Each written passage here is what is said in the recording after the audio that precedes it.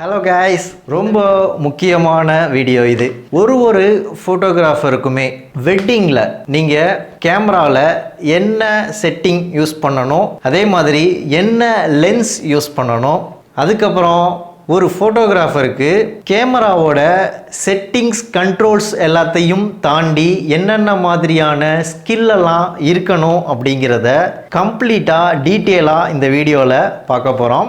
நான் இந்த ஆர்டர்லேயே உங்களுக்கு வரிசையாக சொல்லிக்கிட்டே வரேன். ஃபஸ்ட்டு நம்ம கேமராவோட செட்டிங்ஸ் எல்லாத்தையுமே பார்த்து முடிச்சிடலாம். வெட்டிங் ஃபோட்டோகிராஃபிக்கு முக்கியமாக எந்த ஈவெண்ட் ஃபோட்டோகிராஃபி நீங்கள் பண்ணினாலும் இந்த செட்டிங் தான் உங்களுக்கு மஸ்ட். ரொம்பவே முக்கியமான வீடியோ, மிஸ் பண்ணாமல் எண்டு வரைக்கும் பாருங்கள். இடையில ஸ்கிப் பண்ணிங்கனாலும் புரியாது. நான் டெமோவுக்கு A7IV சோனி பாடியை வச்சு நான் உங்களுக்கு சொல்லி கொடுக்குறேன். பட் இதே டெக்னிக் தான் எல்லா பிராண்ட் கேமராவுக்கும் பொருந்தும்.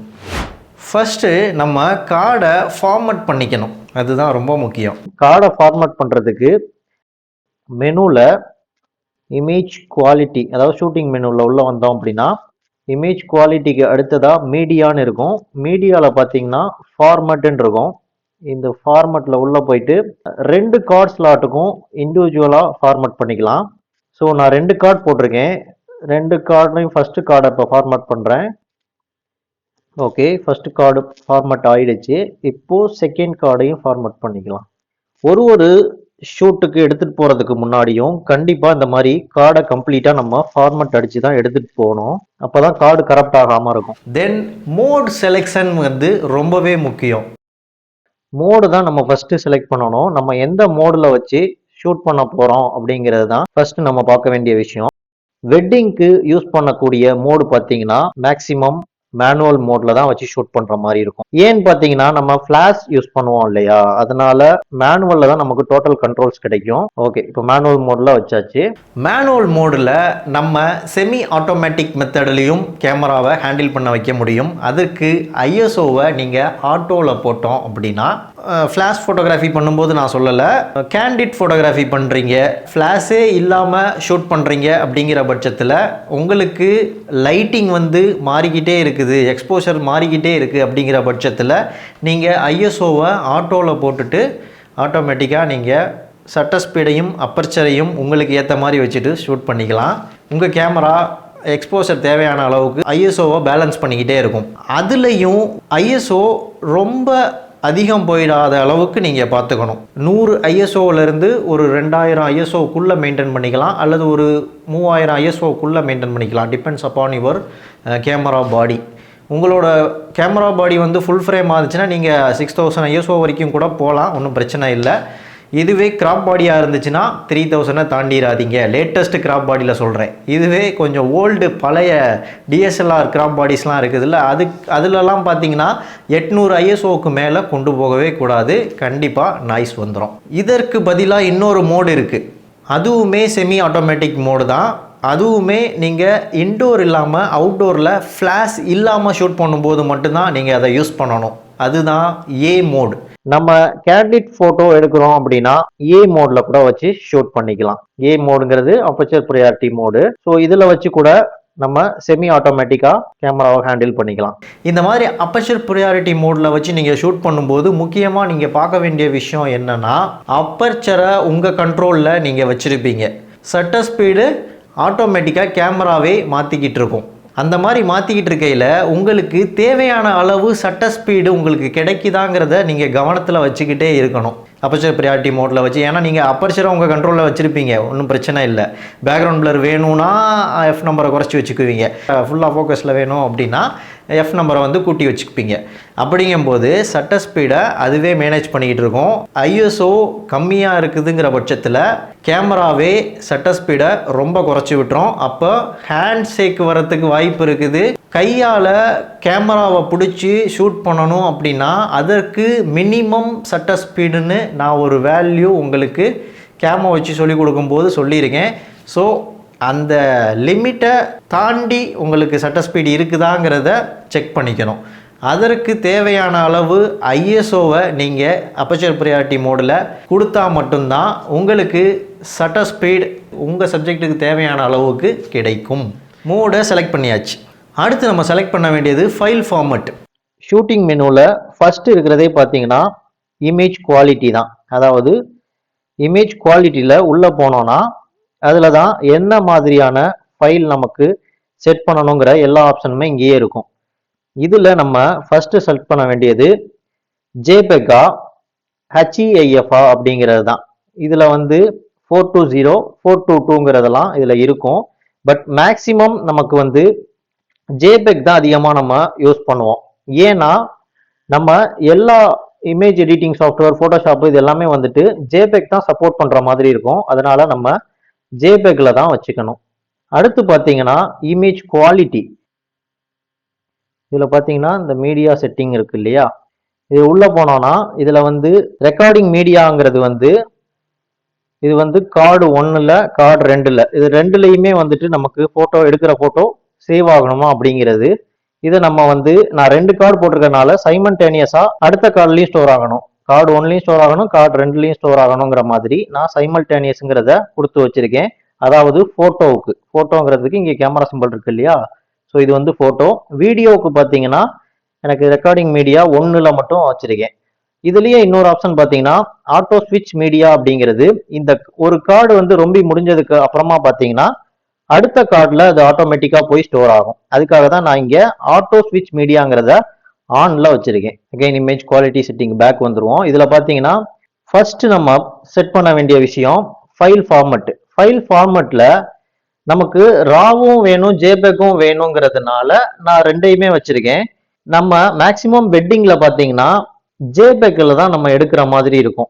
இந்த கேண்டிட் போட்டோஸ் ஏதாவது லிமிட்டடா நம்ம போஸ்ட் வச்சு எடுக்கிறது, கப்புள் ஷாட், இது மாதிரி ஒரு முக்கியமான ஷார்ட்ஸ் மட்டும் தான் நம்ம ரா பிளஸ் ஜேபெக் யூஸ் பண்ணுவோம். ஏன்னா ஒரு விஷயம் தெரிஞ்சுக்கோங்க, நமக்கு ஆல்பத்துல பெருசா போடுற மாதிரி இமேஜ் இருக்குதுன்னா மட்டும் நம்ம ரா பிளஸ் ஜேபெக்ல எடுக்கலாம். கட் அவுட்டுக்கு போட்டோ எடுக்கிறோம், ஆல்பத்துல வந்து பெருசா காட்ட போறோம் அந்த போட்டோவை அப்படின்னா மட்டும் ரா பிளஸ் ஜேபெக் வச்சுக்கலாம். மற்றபடி லைட்டிங் எல்லாம் யூஸ் பண்ணி ப்ராப்பரான லைட்டிங்ல எடுக்கிற போட்டோஸ் எல்லாத்தையுமே ஜேபெக்லயே எடுக்கலாம், ஒன்றும் பிரச்சனையே கிடையாது. ஓகே, இப்போ ஜேபெக் செட் பண்ணேன். ஜேபெக் செட் பண்ணதுக்கு அப்புறம் பாத்தீங்கன்னா ஜேபெக்லயே குவாலிட்டியில வந்து நிறைய ஆப்ஷன் கொடுத்துருக்காங்க. இது வந்து எக்ஸ்ட்ரா ஃபைனுங்கிறது மேக்சிமம் ஃபைன், அடுத்தது ஜஸ்ட் ஃபைன், அடுத்து வந்து ஸ்டாண்டர்டு, அடுத்து வந்து லைட்டுங்கிறது ரொம்ப லோ குவாலிட்டி. அதே மாதிரி இமேஜோட சைஸ்லயும் 3 டிஃப்ரெண்ட் ஆப்ஷன்ஸ் வந்து இருக்கு. இமேஜ் வந்து எவ்வளவு பெருசு வேணும் உங்களுக்கு அப்படிங்கிறத பொறுத்து தான் இங்கேயும் வந்து நம்ம செட் பண்ற மாதிரி இருக்கும். ஜஸ்ட் நம்ம வந்து ஜேபெக் ஒரு செகண்டரி ஃபைலா மட்டும்தான் நம்ம எடுக்கிறோம் அப்படின்னா ஜேபெக் ஸ்மால் வச்சுக்கலாம், சின்ன சைஸ், அதாவது 8.2ல வச்சு இங்க லைட் கூட வச்சுக்கலாம், ஒன்றும் பிரச்சனை இல்லை. ஏன்னா நம்ம அந்த ஜேபெக்கை யூஸ் பண்ண போறதே இல்லை, ஜஸ்ட் செலெக்ஷனுக்காக சும்மா ஒரு காப்பி மட்டும் எடுக்கிறோம் அப்படின்னா ரா பிளஸ் ஜேபெக்ல வச்சுருக்கும் போது நம்ம பெரும்பாலும் எடிட் பண்ணி யூஸ் பண்ண போறது எல்லாமே ராவா தான் இருக்கும். ஜேபெக்கை ஜஸ்ட் நம்ம செலெக்ஷனுக்காக மட்டும்தான் வச்சிருப்போம். ஸோ அந்த ஒரு காரணத்தினால இங்க ரா பிளஸ் ஜேபெக் வச்சுட்டு ஜேபெக்ல லைட் வெர்ஷனை நம்ம வந்து யூஸ் பண்ணிக்கலாம், இப்படியும் யூஸ் பண்ணிக்கலாம். நார்மலாவே நீங்க ரால எடுக்க மாட்டீங்க, ஜேபெக்ல தான் எடுக்க போறீங்க அப்படின்னா ஜேபெக்கை செலக்ட் பண்ணிட்டு இங்க லைட்டுங்கிறது இல்லாம fine or extra fine select பண்ணிக்கணும். இதுல வந்து சைஸ் வந்து லார்ஜ் வச்சுக்கலாம் அல்லது மீடியம் வச்சுக்கலாம். ஸோ இந்த டிஃப்ரென்ஸ் உங்களுக்கு புரிஞ்சிருக்கும்னு நினைக்கிறேன். இதுதான் ஃபைல் ஃபார்மட். அடுத்தது அஸ்பெக்ட் ரேஷியோ. நம்மளோட ஃபோட்டோஸ்லாம் என்ன ரேஷியோவில் இருக்கணும் அப்படிங்கிறத 3:2ங்கிற ரேஷியோ அதை எப்படி செட் பண்ணுறது அப்படிங்கிறத கேமராவில் பார்த்துருவோம். அஸ்பெக்ட் ரேஷியோ அப்படிங்கிறது என்னன்னா 3:2 அப்படின்னு இருக்குது இல்லை, ஃபர்ஸ்ட் இந்த ஆப்ஷன் தான் நம்ம வச்சிருக்கணும் ஃபோட்டோஸ்க்குலாம். இதுதான் மேக்சிமம் இமேஜ் சைஸ். இது பார்த்தீங்கன்னா ஸ்கொயரா வந்துடும். 1:1 அப்படிங்கிறது வந்து போட்டோவே உங்களுக்கு ஸ்கொயரா வந்துடும், சதுரமா. 16:9ங்கிறது வந்து வைடா வந்துடும். நம்ம சினிமாலாம் பார்க்குறோம்ல தியேட்டர்ல போய், அந்த மாதிரி வைடா வரும், வீடியோவுக்கு வர மாதிரியான ஃபார்மட் தான் இந்த 16:9 அப்படிங்கிறது. 4:3ங்கிறது அது கொஞ்சம் வேற மாதிரியான இதுல இருக்கும். நம்ம போட்டோவை வந்து ஃபுல்லா நம்ம எடுத்துக்கணும் அப்படின்னா 3:2ங்கிற அஸ்பெக்ட் ரேஷியோல தான் வைக்கணும். ஸோ இதுதான் ஒரு கரெக்டான அஸ்பெக்ட் ரேஷியோ. இதுக்கப்புறம் பார்த்தீங்கன்னா அப்படியே கீழே வந்தீங்கன்னா இதெல்லாம் வீடியோவுக்கான செட்டிங்ஸ், இது இப்போ பார்க்க தேவையில்லை, நம்ம ஃபோட்டோஸ்க்கு மட்டும் இப்போ பார்ப்போம். இது பார்த்தீங்கன்னா ஏபிஎஸ்சி சூப்பர் 35 ஷூட்டிங்னு இருக்குது இல்லையா, இது ஆஃப்ல இருக்கான்னு பார்த்துக்கோங்க. ஃபுல் ஃப்ரேம் கேமராவா இருக்குதுங்க பட்சத்தில் இதை வந்து நம்ம ஃபுல் ஃப்ரேம் அப்படியே யூஸ் பண்ணிக்கணும் அப்படின்னா இது மெயினாக ஆஃப்ல தான் இருக்கணும். ஆன்ல இருந்துச்சு அப்படின்னா இது கிராப் பாடியா யூஸ் ஆக ஆரம்பிச்சிடும் இந்த கேமரா. ஸோ அது கொஞ்சம் செக் பண்ணிக்கோங்க. அடுத்து லாங் எக்ஸ்போசர், நாய்ஸ் ரிடக்ஷன் எல்லாமே ஆஃப்ல தான் இருக்கணும். ஹை ஐஎஸ்ஓ நாய்ஸ் ரிடக்ஷனும் நமக்கு ஆஃப்ல தான் இருக்கணும். ஏன்னா ஃபிளாஷ் யூஸ் பண்ணி தான் ஃபோட்டோ எடுப்போம். அதுக்கப்புறம் நம்ம பார்க்க வேண்டிய விஷயம் கலர் ஸ்பேஸ். எஸ்ஆர்ஜிபி அல்லது அடாப் ஆர்ஜிபி இருக்கும். நம்ம எஸ்ஆர்ஜிபியே வச்சுக்கலாம், அடாப் ஆர்ஜிபி தேவையில்லை. ஏன்னா அதில் நிறைய கலர்ஸ் இருக்கும். அவ்வளோ கலரை யூஸ் பண்ணி நம்ம வந்து வெட்டிங் ஆல்பம்லாம் நம்ம மேக் பண்ண மாட்டோம். ஸோ பெரிய பெரிய லேண்ட்ஸ்கேப் ஷூட் பண்ணுறோம் அப்படின்னா மேபி அடாப் ஆர்ஜிபி யூஸ் பண்ணலாம். பட் வெட்டிங்க்கு எஸ்ஆர்ஜிபி தாராளமாக இருக்கும். ரெட்லேயும் க்ரீன்லேயும் ப்ளூலேயும் ஒரு கலர்லேயுமே 256 கலர்ஸ் இருக்குது. ஸோ இது எல்லாத்தையுமே சேர்த்தாவே ஒரு ஹியூஜ் நம்பர் ஆஃப் கலர்ஸ் வந்து நமக்கு கிடச்சிருங்கும் போது தாராளமாக இருக்கும் வெட்டிங் ஆல்பம் மேக் பண்ணுறதுக்கெலாம். கலர் ஸ்பேஸ் அப்படிங்கிறது வந்து பார்த்தீங்கன்னா எஸ்ஆர்ஜிபி அல்லது அடாப் ஆர்ஜிபி அப்படின்னு 2 ஆப்ஷன்ஸ் கொடுத்துருப்பாங்க. எஸ்ஆர்ஜிபி நார்மலாக வெட்டிங்க்கு போதும். ஸோ எஸ்ஆர்ஜிபிலேயே நான் இங்கே செட் பண்ணிக்கிறேன். ஸோ அடுத்தது லென்ஸ் காம்பன்சேஷன், இது எல்லாமே நம்ம எதுவும் கை வைக்க தேவையில்லை, எல்லாத்துலேயும் ஆட்டோவில் விட்டுருங்க. தென் நம்ம சட்டர் டைப் என்னங்கிறத முக்கியமாக செலக்ட் பண்ணணும். சட்டர் டைப் அப்படிங்கிறது வந்து பார்த்தீங்கன்னா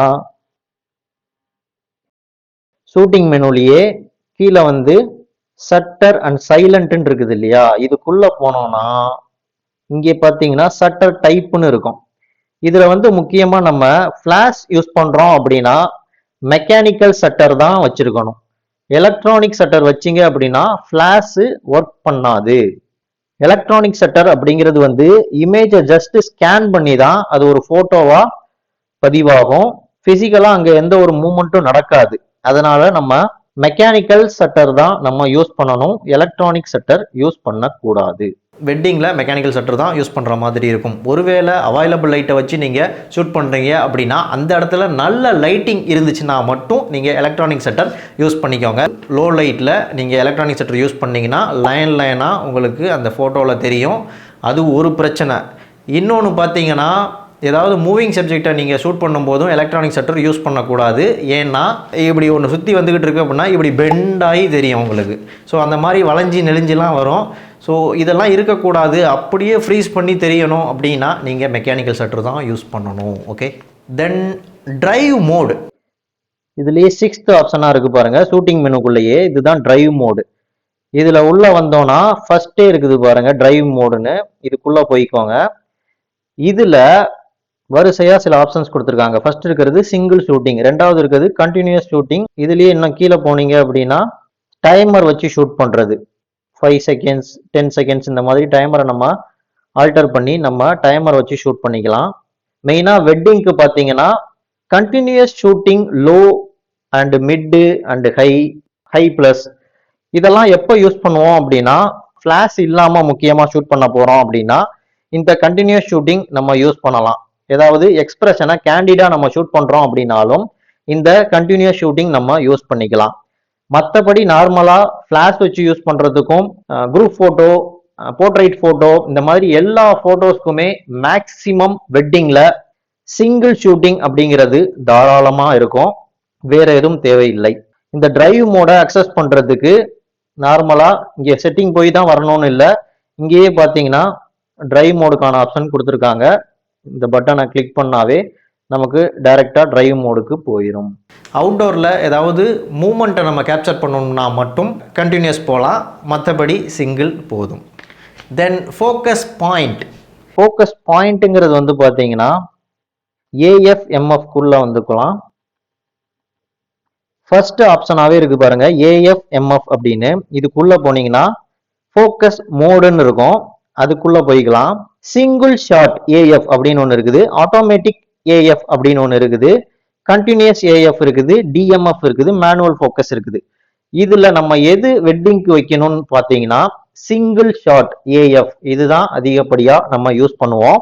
சில நேரங்கள்ல AFC யூஸ் பண்ணலாம். எப்பனா ஏதாவது மூவிங் சப்ஜெக்ட் இருக்குது அப்படிங்கிற பட்சத்துல AFC வந்து யூஸ் பண்ணலாம். கண்டினியூஸ் ஃபோக்கஸ், சிங்கிள் ஷாட் அப்படிங்கிறதே enough. Focus area. Focus area வந்து வைட் ஏரியா வச்சுக்கலாம். அது எப்படி வைக்கணுங்கிறத இப்போ கேமராவில் பார்த்துட்டு வந்துடுவோம் வாங்க. அதுலேயே வந்து டச் ஃபோக்கஸ் அண்ட் ட்ராக்கிங்கும் பண்ணிக்க முடியும். AFMF-க்கு அடுத்து இருக்கிறது தான் ஃபோக்கஸ் ஏரியா. இதுக்குள்ளே போனீங்க அப்படின்னா இதில் வந்து வைடா இல்லை ஜோனா இல்லை சென்டர் ஃபிக்ஸா இல்லை ஸ்பாட் இல்லை எக்ஸ்பேண்ட் ஸ்பாட்டா அப்படிங்கிற மாதிரி ஆப்ஷன்ஸ் வந்து காமிக்கும். இதில் நம்ம வெட்டிங்க்கு யூஸ் பண்றது பார்த்தீங்கன்னா வைடு வச்சுக்கலாம் அல்லது ஜோன் வச்சுக்கலாம். இது ரெண்டும் பெரும்பாலும் யூஸ் பண்ணலாம். ஜோன் வச்சோம்னா இந்த ஜாய்ஸ்டிக்கை வச்சு இந்த ஜோனை வந்து மூவ் பண்ணிக்கலாம். அந்த ஏரியாவை, இந்த பாக்ஸ் மூவ் ஆகுது பார்த்தீங்களா? ஸோ இந்த பாக்ஸு எங்கே இருக்கோ இந்த பாக்ஸுக்குள்ள இருக்கிற இடம் மட்டும்தான் ஃபோக்கஸ்ல வரும். அப்போ இந்த பாக்ஸுக்குள்ள யாரெல்லாம் கவர் ஆகுறாங்களோ அவங்க மட்டும்தான் ஃபோக்கஸ்ல இருப்பாங்க. மற்றபடி வைடுங்கிறது வச்சுக்கலாம். இதுல நான் யூஸ் பண்ண டெக்னிக் என்னன்னு பார்த்தீங்கன்னா வைடு வச்சிருப்பேன். இன்கேஸ் ஏதாவது நம்ம பர்டிகுலரா ஒரு இடத்த ஃபோக்கஸ் பண்ணணும் அப்படின்னா இங்கே டச் ஃபோக்கஸ் நான் ஆன் பண்ணி வச்சிருக்கிறதுனால ஜஸ்ட் இங்கே கிளிக் பண்ணோம் அப்படின்னாவே ஏரியா வந்து செலக்ட் ஆகும். நான் எங்கெல்லாம் டச் பண்றேனோ அந்த இடத்துலலாம் ஏரியா செலக்ட் ஆகும். ஸோ எனக்கு எங்க ஃபோக்கஸ் ஆகணுமோ நான் அந்த இடத்துல வச்சுட்டு ஜஸ்ட் ஷட்டர் பட்டனை ஆஃப் ப்ரெஸ் பண்ணேன் அப்படின்னாவே ஃபோக்கஸ் ஆயிடும். அகைன் இதுல இருந்து வெளியில வரணும் அப்படின்னா மறுபடியும் வைடு ஃபோக்கஸ்க்கு வரணும்னா இங்க இருக்கிற சிம்பிளை நான் அகைன் ஒரு டேப் பண்ணேன் அப்படின்னா ஆட்டோமேட்டிக்கா அது பேக் போயிடும். அகைன் நான் வேணும்னா இந்த மாதிரி கிளிக் பண்ணிக்கலாம், அகைன் பேக் கொடுத்துக்கலாம். உங்களோட கன்வீனியன்ட் எப்படி இருக்கோ அதுக்கேற்ற மாதிரி நீங்க யூஸ் பண்ணிக்கோங்க. ஐ ஆட்டோ ஃபோக்கஸ் முக்கியமாக ஆன் பண்ணி வச்சுக்கோங்க. ஏன்னா பீப்புள் ஹியூமனை தான் நம்ம வந்து ஷூட் பண்ணுறோங்க பட்சத்தில் நம்ம கண்டிப்பாக ஐ ஆட்டோ ஃபோக்கஸ் ஆன் பண்ணி வச்சுருக்க வேண்டியது அவசியம். ஃபோக்கஸ் ஏரியாவை நம்ம செலக்ட் பண்ணதுக்கு அப்புறமே நம்ம பண்ண வேண்டிய விஷயம், வெளியில் வந்தோன்னா ஃபேஸ் பார் IAFன்னு இருக்கும், இதுக்குள்ளே போய்க்கணும். இதில் ஃபேஸ் ஐ பிரியாரிட்டி AFன்னு இருக்கும், அதை வந்து ஆனில் வச்சுக்கோங்க. இது ஆனில் இருந்துச்சு அப்படின்னா தான் நமக்கு ஸோ ஃபேஸை டிடெக்ட் பண்ணி ஐ ஆட்டோ ஃபோக்கஸ் ஆட்டோமேட்டிக்காக ஆன் பண்ணி அதுவே ட்ராக் பண்ண ஆரம்பிச்சிடும். இது பண்ண உடனேயுமே அடுத்தது நம்ம சப்ஜெக்ட் வந்து ஹியூமன் அப்படின்னு செலக்ட் பண்ணி வைக்கணும். ஏன்னா வெட்டிங்கில் நம்ம வந்து அனிமலையோ பேர்டையோ ஷூட் பண்ண போகிறது இல்லை இல்லையா? ஸோ ஹியூமன் அப்படிங்கிறத வந்து நம்ம ஆனில் வச்சுக்கணும்.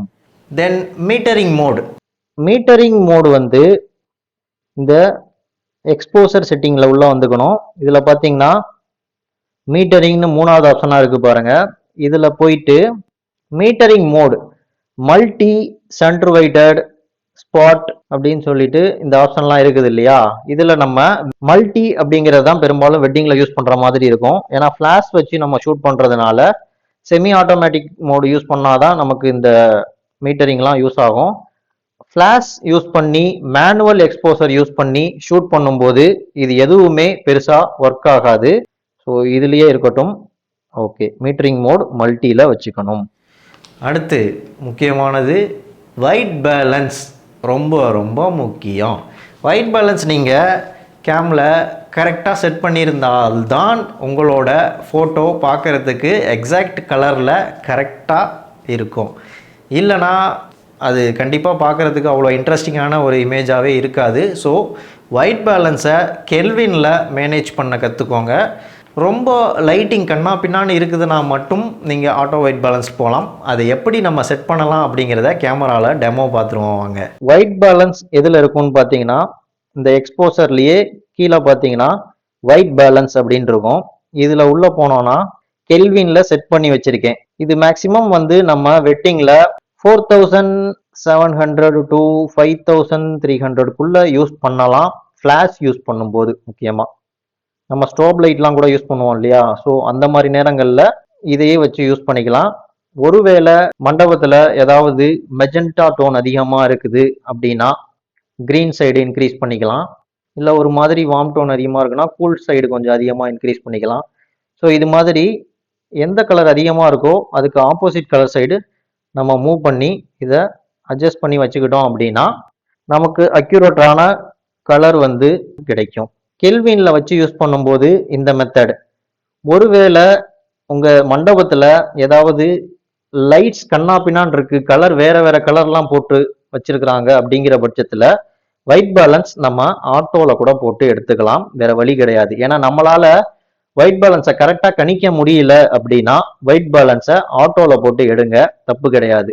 நல்ல ஒரு ஃபிக்ஸடான ஒரு என்விரான்மெண்ட் இருக்குது அப்படின்னா மட்டும் ஒயிட் பேலன்ஸை நம்மளே கெல்வினில் போட்டு ஷூட் பண்ணலாம். அதே மாதிரி டே லைட் ஒயிட் பேலன்ஸும் மேக்ஸிமம் நம்ம பயன்படுத்தலாம். ஏன்னா டே லைட்டுங்கிற ஒயிட் பேலன்ஸ் வந்து ரொம்ப கூலும் கிடையாது, ரொம்ப வார்மும் கிடையாது. அதனால அது ஒரு ஆவரேஜான மிடில் தான் இருக்கும். அப்படிங்கும்போது ஃபிளாஷ் போட்டோகிராஃபிக்கு நம்ம இந்த டே லைட்டுங்கிற ஒயிட் பேலன்ஸ் மெத்தடை நம்ம யூஸ் பண்ணிக்கலாம். உங்க கேமரால ஃபிளாஷ்ங்கிற ஒரு மோடு இருந்துச்சு அப்படின்னா நீங்க ஃபிளாஷ் கூட யூஸ் பண்ணிக்கோங்க. இதெல்லாம் பர்டிகுலரா போர்ட்ரைட் பண்ணும்போது நம்ம இது கஸ்டம் ஒயிட் பேலன்ஸ் வந்து யூஸ் பண்ணிக்கலாம். வெட்டிங்ல மேக்ஸிமம் தேவையில்லை. மண்டபத்துல ஷூட் பண்றதுக்கு கெல்வின் அல்லது ஆட்டோ ஒயிட் பேலன்ஸ் மட்டும் யூஸ் பண்ணுங்க. அதுவும் ஆட்டோ ஒயிட் பேலன்ஸ் எல்லா நேரத்திலும் யூஸ் பண்ணாதீங்க. அந்த ஒயிட் பேலன்ஸ் வந்து மாறிக்கிட்டே இருக்கும். ஒரு போட்டோ வந்து வார்மா இருக்கும், ஒரு போட்டோ கூலா இருக்கும். ஸோ இந்த மாதிரி பிரச்சனையெல்லாம் வந்து தவிர்க்கிறதுக்கு நம்ம கெல்வின் ஒயிட் பேலன்ஸ்ல வச்சு ஸ்டாண்டர்டா இந்த ஒயிட் பேலன்ஸை செட் பண்ணிக்கிட்டு அதுலயே வச்சு நம்ம ஷூட் பண்ணிட்டு இருக்கோம் அப்படின்னா ஃபைனலா நம்ம எடிட் பண்ணும்போது நமக்கு இது ஈஸியா இருக்கும். அதனால நம்ம இதையே வச்சு ஃபிக்ஸ் பண்ணிக்கிறது பெட்டர். அடுத்து DRO, டைனமிக் ரேஞ்ச் ஆப்டிமைசேஷன். இது வந்து லோ லைட்லேயும் சரி ஹை லைட்லேயும் சரி நமக்கு டீட்டெயில்ஸ் ரெக்கவர் ஆகணும் இல்லையா கேமராவில். அது ஃப்ளாஷ் ஃபோட்டோகிராஃபி பண்ணும்போது பெருசாக தேவைப்படாது. பட் அவைலபிள் லைட்டை வச்சு ஷூட் பண்ணும்போது லோ லைட்லேயும் ஹை லைட்லேயும் நல்ல டீட்டெயில்ஸ் ரெக்கவர் பண்ணணுங்கிறதுக்காக லெவல் 4ல் வச்சுக்கிறது நல்லது. ஃப்ளாஷ் ஃபோட்டோகிராஃபி பண்ணுறீங்க அப்படின்னா லெவல் 2ல் வச்சுக்கிறது நல்லது. இதை எப்படி கேமராவில் செட் பண்ணுறது அப்படிங்கிறத பார்க்கலாம் வாங்க. இந்த கலர் டோனில் பார்த்தீங்கன்னா டி ரேஞ்ச் ஆப்டிமைசேஷர். இது பார்த்தீங்கன்னா டி ரேஞ்ச் ஆப்டிமைசேஷன்னா என்னன்னா உங்களுக்கு வந்து டைனமிக் ரேஞ்ச் ஆப்டிமைசேஷன் அப்படின்னு அர்த்தம். அதான் DRO. இந்த டைனமிக் ரேஞ்ச் ஆப்டிமைசேஷன் பார்த்தீங்கன்னா ஆஃப்ல வைக்க வேண்டாம். இதுல பார்த்தீங்கன்னா லெவல் 5 அப்படின்னு இருக்குது இல்லையா, இது வந்து மேக்சிமம் டைனமிக் ரேஞ்சை நமக்கு எடுத்து கொடுக்கும். பட் ஃபிளாஷ் யூஸ் பண்ணி நம்ம ஷூட் பண்ணும்போது நம்ம இது வந்து ஒரு LV2ல வச்சுக்கலாம், லெவல் 2ல வச்சுக்கலாம். ஆட்டோல வைக்க வேண்டாம், ஆஃபும் பண்ண வேண்டாம். மற்றபடி வெளியில நம்ம அவைலபிள் லைட்டை வச்சு ஷூட் பண்றோம் அப்படின்னா லெவல் 4 யூஸ் பண்ணிக்கலாம். அடுத்தது கிரியேட்டிவ் ஸ்டைல். சோனி கேமராவில் கிரியேட்டிவ் லுக்குன்னு போட்டிருப்பாங்க. கேனனில் கிரியேட்டர் கண்ட்ரோல்னு இருக்கும்னு நினைக்கிறேன். நிக்கானில் பிக்சர் கண்ட்ரோல்னு இருக்கும். ஸோ எல்லா கேமராஸ்லையுமே இருக்கும். ஏன்னா இது அவ்வளோ முக்கியமான செட்டிங். ஸோ இதை பேஸ் பண்ணி தான் நமக்கு ஒரு இமேஜோட ஷார்ப்னஸாக இருக்கட்டும், அதோட கலர் கான்ட்ராஸ்டாக இருக்கட்டும், இது எல்லாமே நம்ம அட்ஜஸ்ட் பண்ணிக்க முடியும். இதை வச்சு தான் நம்ம போஸ்ட் ப்ராசஸிங்கில் நமக்கு நல்ல ஒரு கலர் கிரேடிங்கில் நம்மளோட ஃபோட்டோவை வந்து கொண்டு வர முடியும். ஸோ அதுக்கு ஒரு பேஸ் பாயிண்ட்டு நம்ம வைக்கணும் அப்படின்னா இந்த கிரியேட்டிவ் ஸ்டைலில் தான் நம்ம வச்சுக்க முடியும். கேமராவில் இதை எப்படி செட் பண்ணுறது அப்படிங்கிறதையும் பார்த்துடலாம் வாங்க. அடுத்தது முக்கியமான ஒரு செட்டிங் கிரியேட்டிவ் லுக். இது ரொம்ப ரொம்ப முக்கியமான செட்டிங். இதில் உள்ள வந்தீங்க அப்படின்னா இதில் நிறைய ஆப்ஷன்ஸ் வந்து கொடுத்துருப்பாங்க. அதாவது இது வந்து ஸ்டாண்டர்டு, இது வந்து ஃப்ளாட்டு, இந்த மாதிரி நிறைய வந்து இருக்கும். இதில் பார்த்தீங்கன்னா நம்ம ஸ்டாண்டர்டில் வச்சுக்கிறது நல்லது. ஸ்டாண்டர்டில் பார்த்தீங்கன்னா இங்கே கான்ட்ராஸ்ட்டு, ஹைலைட்ஸு இதெல்லாம் வந்து கேமராவாக ஒரு வேல்யூ கொடுத்துருக்கோம். நீங்கள் நல்லா போஸ்ட் ப்ராசஸிங்கில் வந்து நல்லா எடிட் பண்ணுவீங்க, கலர் கிரேடிங்லாம் பண்ணுவீங்க அப்படின்னா இதை இன்னுமே டவுன் பண்ணி வச்சுக்கோங்க. அந்த மாதிரி நார்மலாக ஸ்டாண்டர்டுங்கிறதுல வந்து ஒரு நிமிஷம் நான் காமிக்கிறேன். இது வந்து நான் எடிட் பண்ணி வச்சுருக்கேன். நார்மலாக ஸ்டாண்டர்டில் பார்த்தீங்கன்னா கான்ட்ராஸ்ட் 0வா இருக்கும், ஹைலைட் 0வா இருக்கும், ஷேடோ 0வா இருக்கும், ஃபேடு வந்து 0வா இருக்கும், சேச்சுரேஷனும் 0வா தான் இருக்கும், ஷார்ப்னஸ்ஸு +4ல் இருக்கும், ஷார்ப்னஸ் ரேஞ்ச் +3ல் இருக்கும், கிளாரிட்டி +1ல் இருக்கும். ஸோ இதுதான் டிஃபால்ட் ஸ்டாண்டர்ட் செட்டிங். நீங்கள் இதில் வச்சே தாராளமாக ஃபோட்டோஸ் எடுக்கலாம், நல்லா தான் வரும். இல்லைனா ஃப்ளாட் யூஸ் பண்ணிக்கோங்க, NT கூட யூஸ் பண்ணிக்கோங்க, நியூட்ரல் இது கூட யூஸ் பண்ணிக்கோங்க. தயவு செஞ்சு இந்த விவிடு யூஸ் பண்ணிடாதீங்க, ரொம்ப கான்ட்ராஸ்ட்லாம் ஏற்றி விட்டுரும். VV2ங்கிறதும் வேண்டாம். FL யூஸ் பண்ணிக்கலாம், அதுவும் ஃப்ளாட் நல்லா தான் இருக்கும். ஒன்று ஸ்டாண்டர்ட் யூஸ் பண்ணுங்க, இல்லை PT வந்து போர்ட்ரைட்டு, இது யூஸ் பண்ணிக்கலாம். நமக்கு போர்ட்ரைட் பண்ணும்போது மட்டும் அந்த PTங்கிறது மோடுக்கு போய்க்கோங்க. மற்றபடி வந்து ஸ்டாண்டர்ட்லேயே வச்சு ஷூட் பண்ணிக்கலாம், அதுவே நல்லா தான் வரும். மேனுவலாக நீங்கள் இன்னும் கொஞ்சம் எல்லாம் நியூட்ரல் பண்ணி எடுக்கணும்னு நினச்சிங்கன்னா மட்டும் மேனுவலாக இது உள்ளே போயிட்டு இந்த கண்ட்ரோல்ஸை நீங்கள் அட்ஜஸ்ட் பண்ணிக்க முடியும். ஒன்றையும் இப்படி டவுன் பண்ணலாம், இன்க்ரீஸ் பண்ணலாம். ஓகே, ஸோ வேணும்னா மட்டும் இந்த மாதிரி மாற்றி செட் பண்ணிக்கோங்க. மற்றபடி அதுலேயே இருக்கிறத நம்ம யூஸ் பண்ணிக்கிறதே நல்லா தான் இருக்கும். ஸோ இங்கே பார்த்தீங்கன்னா சாஃப்ட் ஸ்கின் எஃபெக்ட்லாம் வந்து ஆஃபில் வச்சுக்கோங்க, இல்லைனா அதுவே பூஸ்ட் பண்ணி விட்டுரும். பிக்சர் ப்ரொஃபைல் அப்படிங்கிறது வந்து இது வந்து ஃபோட்டோவுக்கு கிடையாது, வீடியோகிராஃபிக்கு தான் யூஸ் ஆகும். ஸோ ஃபோட்டோவுக்கு இது நார்மலாக PP வந்து ஆஃப்லேயே வச்சுக்கலாம். ஓகே, இந்த செட்டிங் அவ்வளோதான். இப்போ நம்ம சட்டர் ஸ்பீடு எவ்வளோ வைக்கணும் அப்படிங்கிறத பார்க்க போகிறோம். இதுக்கு நான் ஒரு டிப் சொல்கிறேன். இதை ஃபாலோ பண்ணி நீங்கள் ஷூட் பண்ணுறீங்க அப்படின்னா உங்கள் ஃபோட்டோஸ் வந்து ஒரு அமேசிங்கான அவுட்புட் நீங்கள் பார்க்கலாம். வெட்டிங் போட்டோகிராஃபில நம்ம எவ்வளோ சட்டர் ஸ்பீடு வைக்கணும், எவ்வளோ அப்பர்ச்சர் வைக்கணும், எவ்வளோ ஐஎஸ்ஓ வைக்கணும், இதுல தான் உங்களோட கேமே இருக்கு வெட்டிங் போட்டோகிராஃபியை பொறுத்த வரைக்கும். இதுதான் போட்டோகிராஃபர் வந்து அவங்களோட நாலேஜுக்கும் அவங்களோட எக்ஸ்பீரியன்ஸ்க்கு ஏற்ற மாதிரியும் இதை யூஸ் பண்ணுவாங்க. இப்போ நான் ஒரு சின்ன டிப்பு கொடுக்குறேன் இதுக்கு. இதை யூஸ் பண்ணிக்கிட்டீங்க அப்படின்னா உங்களோட போட்டோஸ் வந்து அமேசிங்கா வரும். என்னங்கிறத சொல்றேன். ஃபர்ஸ்ட் சட்டர் ஸ்பீடு வந்து எப்படி வைக்கணும் அப்படின்னா, சட்டர் ஸ்பீடை கண்ட்ரோல் பண்றதுக்கு இந்த மேல இருக்க இந்த டயலை யூஸ் பண்ணி சட்டர் ஸ்பீடை அட்ஜஸ்ட் பண்ணலாம். ஸோ ஃபிளாஷ் யூஸ் பண்றீங்க அப்படின்னா பிலோ 200 1/100க்கு அபோவ் வச்சுக்கோங்க. 125 வைக்கலாம், 160 வைக்கலாம், 200ம் வச்சுக்கலாம், ஒன்றும் தப்பு இல்லை. 100ல இருந்து 200க்குள்ள மெயின்டைன் பண்ணிக்கோங்க சட்டர் ஸ்பீடை. ஃபிளாஷ் யூஸ் பண்றீங்கன்னா மட்டும். ஃபிளாஷ் யூஸ் பண்ணல அப்படின்னா என்ன பண்ணணும்னா, நீங்க என்ன லென்ஸ் யூஸ் பண்றீங்களோ, இப்போ இது உதாரணத்துக்கு இது 50mm லென்ஸா, ஸோ மினிமம் சட்டர் ஸ்பீட் அப்படிங்கிறது வந்து உங்களுக்கு 50 இருக்கணும் ஃபுல் ஃப்ரேமா இருந்தால். ஒருவேளை நீங்க யூஸ் பண்றது கிராப் பாடி அப்படின்னா, கிராப் சென்சார் கேமரா, சின்ன கேமரா, குட்டி கேமரா அப்படின்னா நீங்க லென்ஸோட ஃபோக்கல் லென்த்துக்கு டபுள் த சட்டர் ஸ்பீட் வைக்கணும். இப்போ 50mm லென்ஸ் அப்படின்னா 100 சட்டர் ஸ்பீட் வைக்கணும். 200mm லென்ஸ் யூஸ் பண்றீங்க அப்படின்னா உங்களோட சட்டர் ஸ்பீட் 400 இருக்கணும். ஸோ நீங்க என்ன ஃபோக்கல் லென்த்தோடைய லென்ஸ் யூஸ் பண்றீங்களோ அந்த லென்ஸை அப்படியே டபுள் த ஃபோக்கல் லென்த் பண்ணீங்கன்னா என்ன வேல்யூ வருதோ அதுதான் உங்களோட சட்டர் ஸ்பீடா இருக்கணும். கேமராவை கையில பிடிச்சி போட்டோ எடுக்கிறீங்க அப்படின்னா, ஏன்னா ஹேண்ட்ஷேக்கை நம்ம வந்து கண்ட்ரோல் பண்ணணும் இல்லையா, அதுக்கான ஃபார்முலா தான் இது. இதை நீங்க கரெக்டா யூஸ் பண்ணிக்கிட்டீங்க அப்படின்னா உங்க போட்டோ ஒண்ணு கூட ஷேக் ஆகாம பக்காவா இருக்கும். ஃபிளாஷ் போட்டோகிராஃபி பண்ணும்போது உங்களுக்கு வந்து ஃபிளாஷ் தான் முழுமையா அங்க பிளே பண்ண போகுதுங்கிறதுனால நீங்க மினிமம் 100 சட்டர் ஸ்பீட்லயே வச்சு ஷூட் பண்ணலாம், இல்ல 200 சட்டர் ஸ்பீடும் வச்சு ஷூட் பண்ணலாம். அதுக்கு மேல சட்டர் ஸ்பீடு ஏன் வைக்க கூடாது அப்படின்னா, ஷட்டர் வந்து மேக்சிமம் 1/200 ஸ்பீட்ல தான் வந்து பிளே ஆகும். அதுக்கு மேல போச்சு அப்படின்னா மேலையும் கீழையும் ஷட்டரோட அந்த பார் வந்து உங்களுக்கு ரிப்பன் மாதிரி உங்களோட படத்துல வந்து பதிவாக ஆரம்பிச்சிடும். ஸோ அதை கண்ட்ரோல் பண்றதுக்காக நம்ம 200 சட்டர் ஸ்பீடுக்கு கம்மியாவே வச்சுக்கிறது தான் சரியான ஒரு சாய்ஸா இருக்கும். ஸோ ஓகே, சட்டர் ஸ்பீட் இவ்வளவுதான். அடுத்து அப்பர்ச்சர். அப்பர்ச்சர் வந்து இதுக்குமே ஒரு சின்ன தம் ரூல் இருக்குது. எந்த மாதிரி குரூப்புக்கு எவ்வளோ வைக்கணும் அப்படிங்கிறது, குரூப்பாக இருக்கட்டும் போர்ட்ரைட்டாக இருக்கட்டும், அது ஒவ்வொன்றுக்கும் எவ்வளோ வைக்கணும், என்ன மாதிரி லென்ஸுக்கு எவ்வளோ வைக்கணும் அப்படிங்கிறதெல்லாம் இருக்குது. நான் அதையும் வந்துட்டு ஒரு ஹிண்ட், ஒரு சின்னதாக ஒரு டிப்பு மாதிரி சொல்லிடுறேன். நீங்கள் அதை வச்சு நீங்கள் ட்ரையல் அண்ட் எரர் பண்ணி பார்த்து தான் நீங்கள் எதுனாலும் கற்றுக்கிற முடியும். அப்பர்ச்சர் வந்து டிபெண்ட்ஸ் அப்பான் உங்களோட சப்ஜெக்ட்.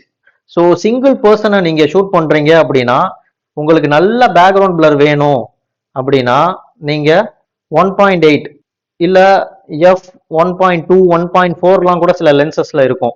இந்த லென்ஸ் வந்து 50mm 1.8 இருக்கக்கூடிய லென்ஸுங்கிறதுனால என்னால் மேக்ஸிமம் 1.8 வரைக்கும் என்னால் கொண்டு போக முடியுது. உங்களோட லென்ஸ்ல என்ன மினிமம் எஃப் நம்பர் இருக்குதோ அதுதான் உங்களோட maximum aperture. Minimum F number என்ன இருக்குதோ அந்த நம்பர்ல கொண்டு போய் வச்சுக்கோங்க. இப்போ ஏன் லென்ஸ்ல 1.8 அப்படிங்கிறது தான் மினிமம் எஃப் நம்பர், அதனால நான் 1.8 வச்சிருக்கேன். உங்க லென்ஸ்ல வந்து மேபி f3.5 இருக்கலாம், இல்ல f4 இருக்கலாம், இல்ல f2.8 இருக்கலாம். ஸோ எந்த லென்ஸ் வேணாலும் நீங்க வச்சிருக்கலாம் இல்லையா. ஸோ அந்த லென்ஸ்ல மினிமம் எஃப் நம்பர் என்னவோ அதுல கொண்டு போய் வச்சுட்டு நீங்க போர்ட்ரைட் பண்ணுங்க. உங்களோட பேக்ரவுண்ட் பிளர் சூப்பரா இருக்கும். அதே மாதிரி லோ லைட்ல நல்ல லைட்டை வந்து இழுத்து கொடுக்கும் இன்டோர்ஸ்ல. அதுவே ஒரு நார்மலான ஒரு குரூப் போட்டோ, ஒரு 2 பேர் நிக்கிறவங்க எடுக்கிறீங்க, ஒரு 5 பேர் நிக்கிறவங்க எடுக்கிறீங்க, 3 பேர் 4 பேர் நிக்கிறவங்க எடுக்கிறீங்க அப்படின்னா இந்த எஃப் நம்பரை வந்து நம்ம f4க்கு கொண்டு போகலாம்.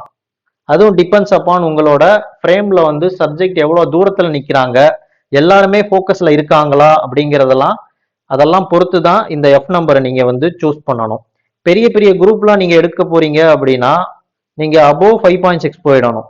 அதாவது f8 f11 ஆர் f16 கொண்டு போய்க்கலாம். இந்த அளவுக்கு கொண்டு போகணும் அப்படின்னா நமக்கு அவைலபிள் லைட் நல்லா நிறைய இருக்கணும். ஸோ குரூப் போட்டோ எடுக்கிறதுக்கு இது முக்கியமான பாயிண்ட். வெட்டிங்ல குரூப் போட்டோ எடுக்கும்போது அப்பர்ச்சரை கம்மியா வச்சு எடுத்தீங்க அப்படின்னா ஃபர்ஸ்ட் ரோல இல்ல யாரை நீங்க போக்கஸ்ல வச்சிருக்கீங்களோ அவங்க மட்டும்தான் போக்கஸ்ல இருப்பாங்க. பின்னாடி இருக்கிறவங்களோ முன்னாடி இருக்கிறவங்களோ ஃபோக்கஸ் ஆக மாட்டாங்க, பிளர் ஆயிடுவாங்க. ஸோ இந்த நம்பர்ஸ் ரொம்ப முக்கியம் வெட்டிங்ல குரூப் போட்டோ எடுக்கும்போது. போர்ட்ரைட் இல்லாம கொஞ்சம் ஆவரேஜா எடுக்கிற போட்டோஸ் எல்லாமே நார்மலா F4 to F5.6ல வச்சு எடுக்கலாம். F நம்பரை வந்து குறைக்க குறைக்க குறைக்க நமக்கு மோர் லைட் வந்து ஃப்ரேம்ல உள்ள வரும். எல்லாருமே ஃபோக்கஸ்ல வேணுங்கிற பட்சத்துல நம்ம இதை ரொம்ப குறைக்க முடியாது, அதையும் நம்ம கன்சிடர் பண்ணணும். ஸோ ஐஎஸ்ஓவுக்கும் ஒரு சின்ன கான்செப்ட் இருக்கு. வெட்டிங்ல ஐஎஸ்ஓ நம்ம என்ன நம்பர்ல வைக்கணும் அப்படின்னா, ஐஎஸ்ஓவை நான் இந்த வீல்ல செட் பண்ணி வச்சிருக்கேன். சில பேர் வந்து இந்த வீல்லையும் கண்ட்ரோல் பண்ணுவாங்க, நான் இதுல தான் செட் பண்ணி வச்சிருக்கேன். ஓகே, இதுல வந்து இப்போ ஐஎஸ்ஓ என்ன வைக்கணும் அப்படின்னு பாத்தீங்கன்னா, உங்களோட மினிமம் ஐஎஸ்ஓ ஆட்டோல போட்டுறாதீங்க.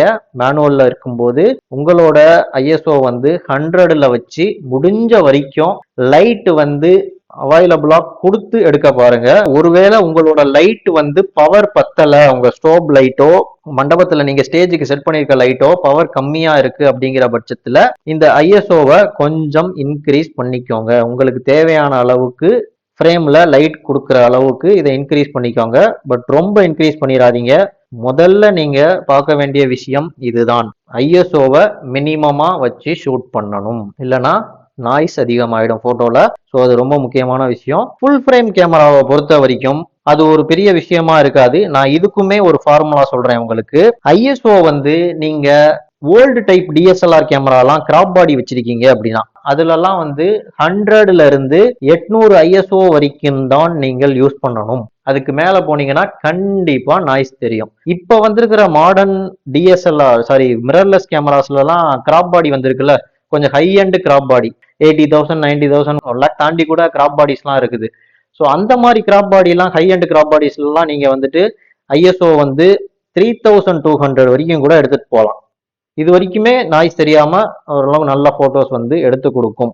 இதுவே ஃபுல் ஃப்ரேம் அப்படின்னா இன்னும் ஒரு ஸ்டாப் கொண்டு போகலாம், அதாவது 6400. எந்த கேமரா நீங்க வச்சிருக்கீங்கிறத பொறுத்து நீங்க ஐஎஸ்ஓவை ஹேண்டில் பண்ணிக்கோங்க. முடிஞ்ச வரைக்கும் மினிமம் ஐஎஸ்ஓ யூஸ் பண்ணீங்கன்னா உங்களுக்கு குவாலிட்டி சூப்பரா இருக்கும் போட்டோஸ்ல. இதுதான் overall camera settings. Okay, so இது எல்லாத்தையுமே ஒரு பேசிக் ஒரு டிப்பாக மட்டும் எடுத்துக்கோங்க.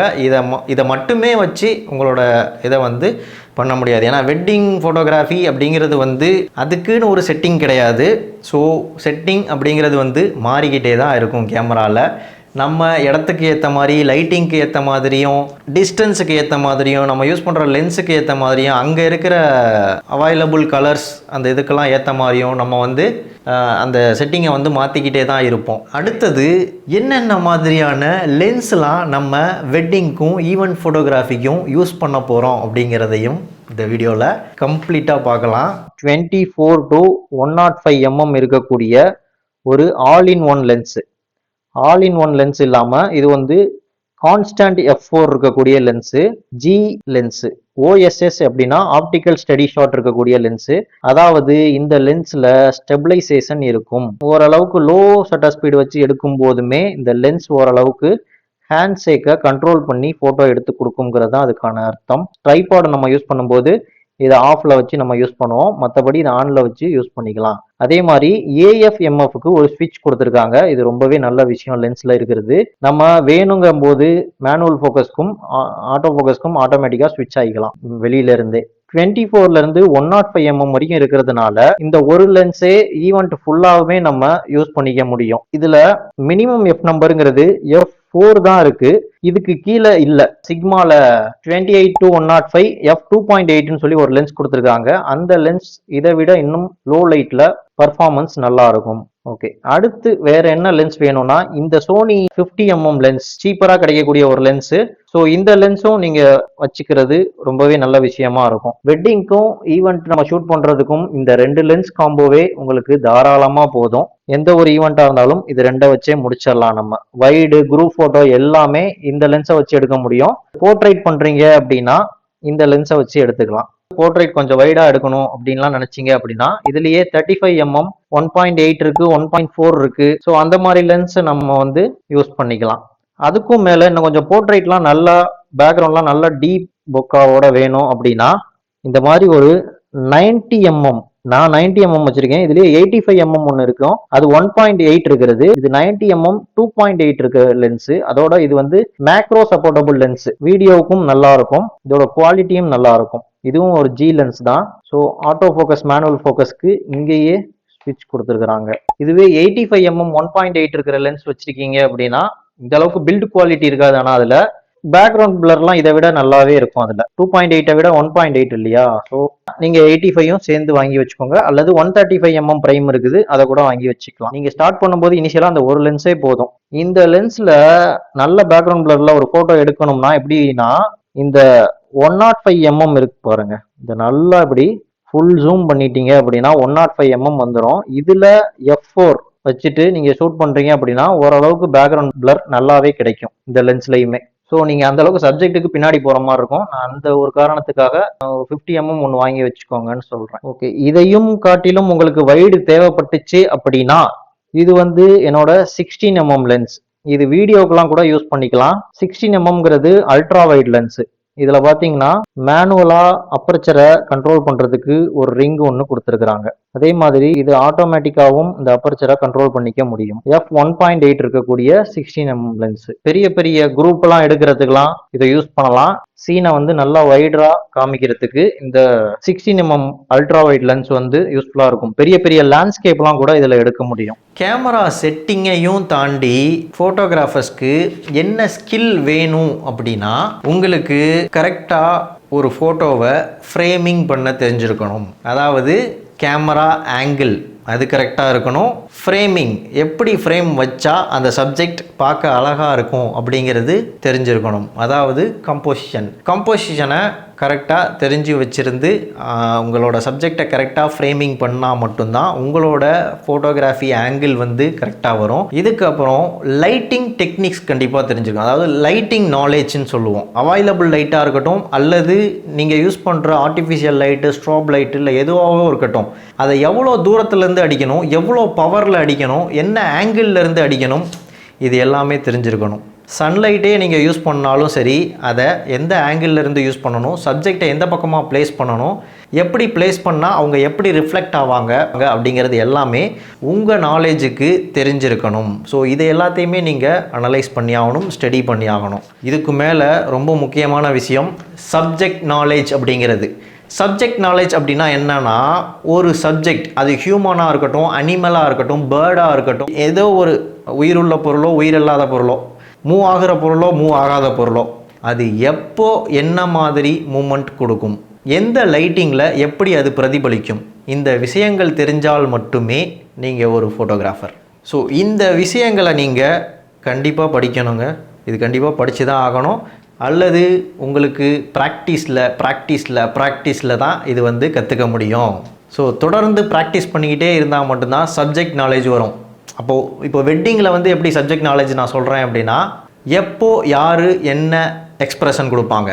இப்போது ஒரு பிரைடு வந்து இருக்காங்க அப்படின்னா அவங்க எப்போ சிரிப்பாங்க, எப்போ அழுவாங்க, அவங்க என்ன ஆங்கிள் அழகாக தெரிவாங்க, அவங்க என்ன எக்ஸ்ப்ரெஷன் இப்போ கொடுக்க போகிறாங்க அப்படிங்கிறத முன்னாடியே ஜட்ஜ் பண்ணி தான் நீங்கள் ஃபோட்டோவுக்கு ரெடியாக இருந்து கிளிக் பண்ணணும். அவங்க அந்த எக்ஸ்ப்ரெஷன் கொடுக்குற டயத்தில் கரெக்டாக கிளிக் பண்ணணும். அப்படி கிளிக் பண்ணும்போது அந்த ஃபோக்கஸ் வந்து மிஸ் ஆகக்கூடாது.